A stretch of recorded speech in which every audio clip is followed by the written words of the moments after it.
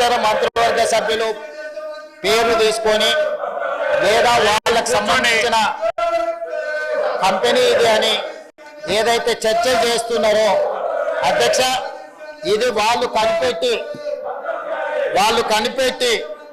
లేకపోతే వాళ్ళు ఫిర్యాదు చేస్తే తీసుకున్న చర్య కాదు అధ్యక్ష.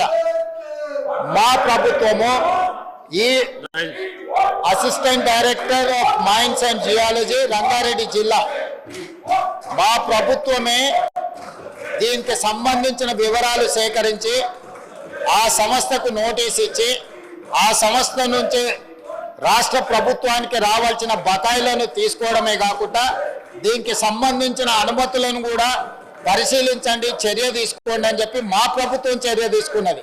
ఇందులో ప్రతిపక్షం ఫిర్యాదు కానీ లేకపోతే ఇంకెవరైనా ఇక్కడ తప్పిదం జరుగుతుంది, ఇక్కడ ఎవరో మంత్రులకు ఇందులో పాత్ర ఉందని మాకెవరు ఫిర్యాదు చేయలేదు అధ్యక్ష. నేను ఇవాళ ఒకటే మాట చెప్పదలుచుకున్నా, సభ్యులు ఏదైతే వివాదం లేవనెత్తాలని ఒక మంత్రి మీద బురద చల్లాలని వాళ్ళ అక్కసు అసూయ వాళ్ళు అనుకున్న పైరవీలకు ఆ మంత్రి సహకరించడం లేదని ఆ మంత్రి మీద ఒత్తిడి తీసుకురావాలి, ఆ మంత్రిని బ్లాక్ మెయిల్ చేయాలని కొంతమంది సభ్యులు ఏదైతే ప్రయత్నం చేస్తారో బ్లాక్ మెయిల్కి ప్రభుత్వం భయపడదు.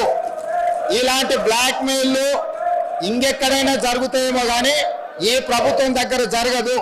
ఈనాడు ఏదైతే 2008-2025 నాడు ఎన్విరాన్మెంటల్ ఇంజనీర్ కానీ ఇతర అధికారులకు ఫిర్యాదు చేసిందే మా ప్రభుత్వం, ఆదాయాన్ని రాబట్టిందే మా ప్రభుత్వం. కాబట్టి మేము నోటీస్ ఇచ్చి మేము రాష్ట్ర ప్రభుత్వానికి రావాల్సిన ఆదాయాన్ని రాబట్టుకొని మిగతా అనుమతులకు సంబంధించి ఇతర అధికారులకు ఫిర్యాదు చేసిందే ఈ ప్రభుత్వము, మా అధికారులు.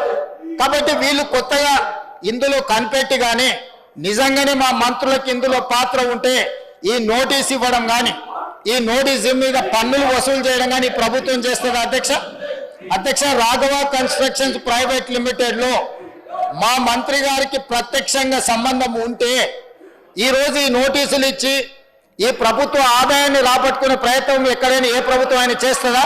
వాళ్ళ ప్రభుత్వంలో ఎప్పుడైనా చేసిందా అధ్యక్ష? ఈరోజు మా ప్రభుత్వము రాష్ట్ర ప్రభుత్వం ఆదాయానికి ఎక్కడ కూడా రూపాయి గండి పడకూడదు, ప్రతి రూపాయి రాష్ట్ర ఖజానాకు చేరాలి అని ఈరోజు మా ప్రభుత్వం, మా అధికారులు నిజాయితీతో, మా మంత్రులు చిత్తశుద్ధితోని చేపట్టిన చర్యల వల్ల ఈరోజు రాష్ట్ర ప్రభుత్వానికి ఆదాయం వచ్చింది.